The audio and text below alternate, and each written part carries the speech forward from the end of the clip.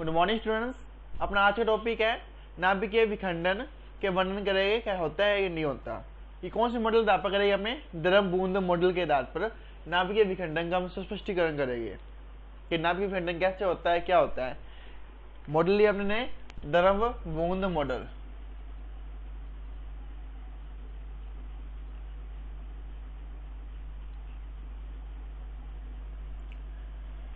तो द्रव बूंद मॉडल अपने पढ़ के आए हैं। इसमें साम्य अनुपाती द्रव्यमान सूत्र का अपने ने वर्णन किया था।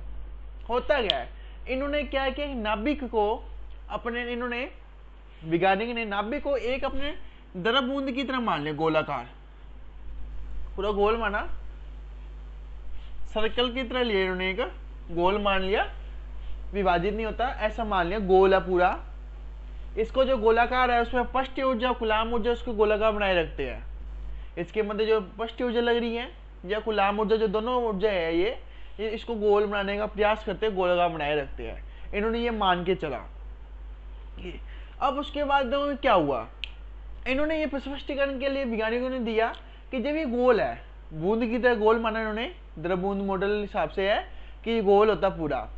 जब इसके ऊपर को न्यूटन के अपने नाभिकीय विखंडन की शुरुआत में हमने ये पढ़ा था कि न्यूटन के ऊपर बुछार, कोई भारी नाभिक पर कोई न्यूटनों की बुछार कराई जाती है तो दो छोटे नाभिकों में विभाजित हो जाता है, जिसे नाभिकीय विखंडन कहते हैं। वही चीज हमें लेके चल रहे हैं, इसको गोल माना। गोल माना तो क्या हुआ कि ऊर्जा, कोई न्यूट्रॉन है, न्यूट्रॉन के पास क्या होती है, ऊर्जा है। जो न्यूट्रॉन के ऊपर बुछार कराई उन्होंने, बुछार का मतलब क्या है, इसके ऊपर डाला न्यूट्रॉन को। जब इसके ऊपर न्यूट्रॉन को डाल दिया न्यूट्रॉन को डालने से क्या हुआ, इसकी आकृति थोड़ी सी विचलित होगी। विचलित का मतलब है गोल ना रहकर क्या होगी, दीर्घवृत्तज बन गई। इसकी आकृति लगभग इस टाइप की रहती है, इस शेप में आ गया। शुरू में ये था, ये बी शेप इसकी ऐसी बन गई, जिसके ऊपर किसकी बुछार कराएगी, न्यूट्रॉन डाला गया। ये ऐसा क्यों हुआ, ये ऐसा वो कूलाम ऊर्जा का, जैसे ही इसके ऊपर न्यूट्रॉन डाला, न्यूट्रॉन की ऊर्जा थी, न्यूट्रॉन के पास खुद की एनर्जी थी, वो कितनी भी हो सकती है, अलग अलग न्यूट्रॉन की अलग अलग एनर्जी होती है। जब न्यूट्रॉन ने उसको बुछार करी तो कूलाम ऊर्जा बढ़ी, जिसमें इसमें असंपीड़ित आ गई। असंपीड़ित मतलब आकृति गोल थी, जिसमें कूलाम ऊर्जा मान ज्यादा हो गया, पृष्ठ ऊर्जा कम होगी, ये असंपीड़ित बनी, इसलिए ये दीर्घवृत्ताकार बन गई, ये दीर्घवृत्ताकार बन गई। अब इसके ऊपर एनर्जी भी है, उत्तेजन ऊर्जा भी है इसमें। उत्तेजन ऊर्जा कहाँ से मिली, न्यूट्रॉन से मिल रही है। जो ये न्यूट्रॉन इसके ऊपर डल रहा है, इसको बुछार करा रहा है, इसके ऊपर इस गोलाकार आकृति में बुछार कराने के बाद इसकी ये आकृति बन रही है। अब उसके ऊपर क्या है, संकीर्ण ऊर्जा भी है, हर चीज की ऊर्जा आ गई, उत्तेजन ऊर्जा आ गई। जब उत्तेजन ऊर्जा आई इसके बाद तो उत्तेजित हुई, उत्तेजित होने के बाद क्या हुआ, ये डमलाकार आकृति में परिवर्तित हो जाता है, लगभग ऐसे आकृति बन जाती है, डमलाकार आकृति बन जाती है। ऊर्जा ग्रहण करी इसने, ऊर्जा ले ली, कोई बात नहीं। उसको क्या कहते हैं ये, कि जैसे ही ऊर्जा लेता है, इसको इतनी एनर्जी आ जाती है, उत्तेजित हो जाता है, पूरा उत्तेजित अवस्था में आ जाता है। उत्तेजित अवस्था आप जानते हो क्या होता है, उत्तेजित अवस्था में आ जाते हैं। जब ये उत्तेजित अवस्था में आ जाता है तो ये डमलाकार आकृति में आ जाता है, लगभग ये दीर्घवृत्ताकार है, ये डमलाकार आकृति में आ गया। ये जब डमलाकार आकृति में आ गया, ठीक है, तो क्या होता है कि अब डिपेंड करता है न्यूटन पर और नाभिक पर। नाभिक कोई भी हो सकता है, जैसे अपने लेके चल रहे हैं 92U238, 92U235, 92U234, ऐसे बहुत सारे नाभिक होते हैं। अब डिपेंडिंग किस पर डिपेंड कर रहा है, न्यूट्रॉन की एनर्जी पर। एनर्जी किसकी है, न्यूट्रॉन की, और नाभिक पर। अपने शुरू में ये पढ़ाई करी थी, लास्ट टॉपिक हमने कराया था मैंने, U235 को तोड़ने के लिए लगभग नाभिक ऊर्जा 0.25 मेगा इलेक्ट्रॉन वोल्ट चाहिए, और 38 के लिए 1 मेगा इलेक्ट्रॉन वोल्ट चाहिए। ये दो का एनर्जी होती है। अब देखो क्या होता है, मान लो कि अपने नाभिक लिया U238, भारी नाभिक है ये, U238 लिया, पर न्यूट्रॉन की एनर्जी 1 मेगा इलेक्ट्रॉन वोल्ट से कम है। अब देखो न्यूट्रॉन आया, उसको उत्तेजित करी, इस अवस्था में आ गया, वो इस अवस्था में आ गया, जो उत्तेजित तो हो रही है, एनर्जी मिल रही है, उस उत्तेजित अवस्था में आ रहा है, पर ये टूट नहीं पा रहा। क्यों, टूटने के लिए जितनी एनर्जी चाहिए वो न्यूट्रॉन दे नहीं पा रहा। तो ना तो ये टूट पा रहा, उत्तेजित अवस्था में है, तो ये क्या करते हैं, जब न्यूट्रॉन की एनर्जी तोड़ने की एनर्जी से कम होती है, जो तोड़ ना पाए, उसे विखंडित ना कर पाए, दो भागों में ना विभाजित कर पाए, तो ये क्या करते हैं, तो ये गामा किरणों के द्वारा, गामा किरणों के रूप में एनर्जी को भेज देते हैं, अपने एनर्जी से त्याग देते हैं। त्यागने के बाद सीधा इस गोलाकार अवस्था में वापस आ जाते हैं, स्थायी नाभिक के रूप में बैठ जाते हैं। अगर तोड़ने की एनर्जी से कम एनर्जी है उसकी न्यूट्रॉन की, तो क्या आएगा, गामा किरणों के रूप में एनर्जी दे देते हैं, ये गामा किरणों के रूप में एनर्जी त्याग देते हैं और वापिस हमें स्थायी अवस्था में आके बैठ जाते हैं कि हम स्थायी हो गए। अगर मान के चलो कि यहाँ पर अगर न्यूट्रॉन की एनर्जी होती 25 मान लो 0.25 मेगालोटन वोल्ट और नाभिक होता U235, विभाजित होता नहीं होता, होता। जब ये एनर्जी, न्यूट्रॉन की एनर्जी ऐसी एनर्जी हो जो नाभिक को विभाजित कर दे, मतलब इतनी एनर्जी हो कि नाभिक तोड़ दे, तो क्या होता है, ये उत्तेजित अवस्था और आ जाती है, हाई अवस्था में होती है। तब ये गामा किरणों के रूप में एनर्जी वेस्ट नहीं करते, ये क्या होता है, इस अवस्था के बाद सीधा ये दो नाभिकों में विभाजित हो जाता है, ऐसी शेप बन जाती है, द्विडंबलाकार आकृति बन जाती है। जरूरी नहीं है कि दोनों टूटने वाले साइज बराबर हो। फर्स्ट पॉइंट, इनका फर्स्ट पॉइंट क्या है कि जरूरी नहीं है कि जो नाभिक विभाजित हो रहा है वो नाभिक विभाजित होने वाला नाभिक स्थायी अवस्था में हो, मतलब बराबर भागों में विभाजित हो, ये कभी भी जरूरी नहीं होता। हो सके ये भाग ज्यादा बड़ा हो, ये कम हो।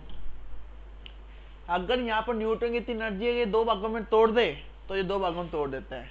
इसके बाद ये दो नाभिक अलग अलग हो जाते हैं और वापिस ही गोलाकार अवस्था में रहते हैं। तो यहाँ से ये इस टाइप में आते हैं। डिपेंड इस पर करा, जो न्यूट्रॉन की बुछार करा रहे अपने इसके ऊपर, उसकी एनर्जी पर डिपेंड करा। न्यूट्रॉन की बुछार ज्यादा करा रहे हैं, अगर एनर्जी उसकी है तोड़ने की, तो तोड़ के द्विडंबलाकार आकृति बनाएगा, फिर दो भागों में विभाजित हो जाएगा। जरूरी नहीं है दोनों का साइज बराबर नाभिक का, बराबर भी हो सकते हैं, नहीं भी हो सकते।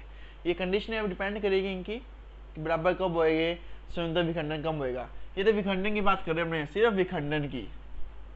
ये विखंडन होता नहीं होता, इसकी व्याख्या करने के लिए द्रव-बूंद मॉडल दिया गया था, यहाँ भी होता है।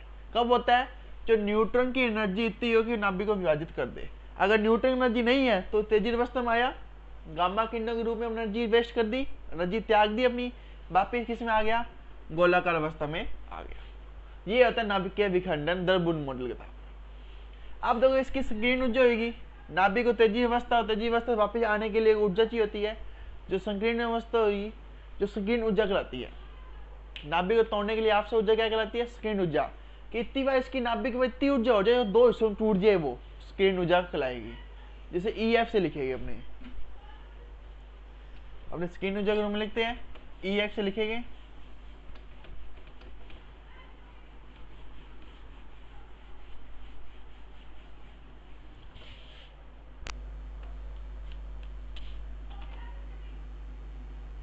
मान लो कि जो नाभिक था उसका द्रव्यमान पहले था M था, बाद में वो M1 और M2 दो नाभिकों में विभाजित हो गया। जरूरी नहीं है कि दोनों बराबर हो। इंपॉर्टेंट बात यहाँ नोटिस होती है कि जरूरी नहीं है कि दो बराबर भागों में बांटे। साम्यानुपाती द्रव्यमान सूत्र में क्या था, दो बराबर भागों में बांट रहे थे। यहाँ दो बराबर भागों में बांटे ना बांटे कोई फर्क नहीं पड़ता। तो ये EF है, संकीर्ण ऊर्जा कहलाती है। अब अपने शुरू में बात करके चले कूलाम ऊर्जा होगी, तो इसकी कूलाम ऊर्जा भी होती है EC। वो क्या होगी, पहले के लिए Z1E, Z2E, 4 पाई साइलेंट नोट, ठीक है, K दोनों का आवेश गुणा में क्या आएगा, बीच की दूरी मान के चले अपने R। अब इस R का मान पे डिपेंड करेगा कि R का कितना मान होना चाहिए कि R जाके ये संभव हो। यहाँ पर EC ले रहे हैं, इसलिए अपने 4 पाई साइलेंट नोट नहीं लेंगे। K का मान नगण्य मान चलेंगे, और जहाँ पर जो R होएगा वो इन दोनों की तुलने वाली बराबर होएगा। तो Z1 Z2 E स्क्वायर बटे में R1 प्लस R2, ये है कूलाम ऊर्जा इसकी, ये संकीर्ण ऊर्जा है। अब सारे नाभिक विभाजित नहीं होते। अब कौन सा नाभिक विभाजित होगा कौन सा नहीं होगा, उसको अपने डायग्राम से द्वारा सिद्ध कर सकते हैं कि ये नाभिक विभाजित होगा, ये नहीं होगा। और नाभिक के बीच की दूरी और नाभिक पर डिपेंड करता है। ऐसे मैं डायग्राम बनाता हूँ, कौन सा नाभिक विभाजित होगा कौन सा नहीं होगा, देखते हैं। अब इन्होंने 3 कैटेगरी में बांटा है कि नाभिक विभाजित होएगा कौन सा नहीं होएगा, ये 3 कैटेगरी में डिवाइड करा है।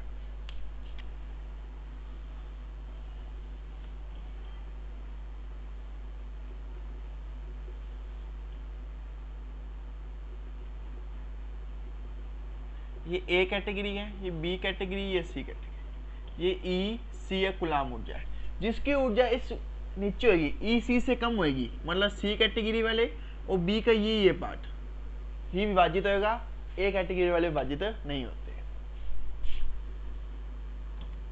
जीरो एनर्जी पर कोई विभाजित नहीं होता। उसके बाद ये डी डबलाकार आकृति बनती है, लास्ट में जाके 2 भागों में विभाजित हो जाते हैं।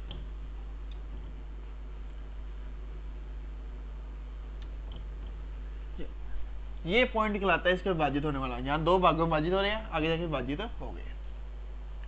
ये इसकी स्थिति ऊर्जा है, ये इसकी दूरी आर है, मतलब कि सी कैटेगरी और बी कैटेगरी ये पार्ट वाले विभाजित होते हैं, बाकी विभाजित नहीं होते नाभिक। तो ये था अपने नाभिकीय विखंडन का स्पष्टीकरण। अब डिपेंड करता है, 3 कंडीशनें बनती हैं। एक कंडीशन बनती है ई एफ की वैल्यू ई सी से बड़ी हो, एक बनती है ई एफ की वैल्यू ई सी से कम हो, और एक बनती है बहुत ही कम हो। जब ई एफ क्या है, संकीर्ण ऊर्जा, जब ई एफ का मान ज्यादा हो तो नाभिकीय समतंत्र विखंडन हो जाता है, मतलब खुद विखंडन हो जाता है। नाभ न्यूट्रॉन की बौछार कराने की आवश्यकता पड़ती नहीं है, समतंत्र विखंडन होता है। ये समतंत्र विखंडन का मतलब ये है कि न्यूट्रॉन की बौछार कराने की जरूरत ही नहीं है, वैसे ही विखंडित हो जाएगा। लगभग ये 250 द्रव्यमान के तो 250 से बड़े वाले नाभिक होते हैं जो प्रकृति में पाए नहीं जाते। अगर प्रकृति में पाए विखंडन हो जाए, ऊर्जा बहुत निकलेगी, बम भी बम ब्लास्ट होएगी, इसलिए 250 से बड़ा जिनका द्रव्यमान हो वो होते हैं जो प्रकृति में बहुत कम पाए जाते हैं, होते ही नहीं है, तो समतंत्र विखंडन होता है। अगर ई एफ का मान ई सी से हो, मतलब ई सी कूलाम ऊर्जा का मान ज्यादा हो संकीर्ण ऊर्जा से, तो क्या होता है, न्यूट्रॉन की ऊर्जा पर डिपेंड करता है कि विखंडन होगा नहीं होगा। जो हमने बात की थी, न्यूट्रॉन की ऊर्जा पर डिपेंड कर रहा है। जैसे U238 वाले विखंडन नहीं होते, जो अब देखो न्यूट्रॉन की अपनी एनर्जी दी, इसकी बात कर रहा हूँ मैं, इसको रेफ कर देते हैं। मान लो न्यूट्रॉन की एनर्जी दी मैंने 0.25 मेगा इलेक्ट्रॉन वोल्ट, इससे 235 तो विखंडित हो गया, पर U238 नहीं होता। तो जब EC का मान ज्यादा हो कूलाम ऊर्जा से, EF से EC का मान ज्यादा, कूलाम ऊर्जा मान ज्यादा हो, तो न्यूट्रॉन की ऊर्जा बहुत वेरी इंपॉर्टेंट टॉपिक बन जाता है कि न्यूट्रॉन की कितनी ऊर्जा है। जो अपन न्यूट्रॉन की बौछार करा रहे हैं वो कितनी एनर्जी का है। अगर उसमें एनर्जी ज्यादा है तो वो U238 को कर देता है, एनर्जी कम है तो उसको करे। तो ये न्यूट्रॉन की एनर्जी डिपेंड करता है इस कंडीशन में। और लास्ट थर्ड कंडीशन बनती है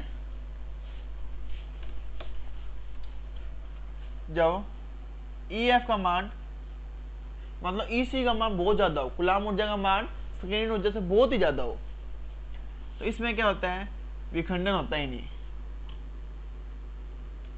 मतलब नाभिक स्थायी अवस्था में रहता है, विखंडन होता है, नाभिक स्थायी होता है, नाभिक पूरा स्थायी रहता है, कोई फर्क नहीं पड़ता, तो कोई विखंडन नहीं होता, उसको कोई मतलब नहीं रहता। जब इसी मान बहुत ज्यादा, कूलाम ऊर्जा मान बहुत ही ज्यादा हो EF से, मतलब संकीर्ण ऊर्जा का मान बहुत ही कम हो कूलाम ऊर्जा से। ये कौन से नाभिक होते हैं, ये 85 से 209 वाले होते हैं, मतलब जिनका द्रव्यमान 85 से बड़ा 209 से छोटा होता है, वो ये होते हैं। तो ये कंडीशन थी इसकी। ये द्रव बूंद मॉडल के आधार पर समझाएगा नाभिक विखंडन कैसे होता है और क्या होता है, कैसे 2 नाभिक में विखंडन होता हुआ है। जब दूरी कितनी हो, 0, नाभिक कोई विखंडन नहीं है, सेम पड़ा है वैसे ही। दूरी बढ़ने पर, स्थिति ऊर्जा बढ़ने पर, आकृतियां बढ़ने पर कौन सा नाभिक विखंडन होगा कौन सा नहीं होगा, ये सब ग्राफ के द्वारा और इन कंडीशन डिपेंड करता है, कूलाम ऊर्जा और संकीर्ण ऊर्जा पर, EF और EC पर। जब EF का मान ज्यादा है तो स्वतंत्र विखंडन होएगा, मतलब बड़े नाभिक, बहुत बड़े नाभिक 250 ज्यादा वाला जो प्रकृति में बहुत ही कम पाए जाते हैं, नगण्य के बराबर है। EC मान ज्यादा है, न्यूट्रॉन की एनर्जी पर डिपेंड करेगा कि नाभिक विखंडन होएगा नहीं होएगा। जो EC का बहुत ही ज्यादा EF से, EF बहुत कम है उसकी तुलना में, तो नाभिकीय विखंडन होता ही नहीं, स्थायी अवस्था में रहता है। वो 85 से 209 वाले होते हैं। ये था नाभिकीय विखंडन का स्पष्टीकरण। ठीक है, कौन से मॉडल के आधार पर था ये? द्रव बूंद मॉडल के आधार पर। तो अपना आज का टॉपिक यही समाप्त होता है। अगर आपको कोई डाउट है तो मुझे कमेंट करके पूछ सकते हो। Thank you.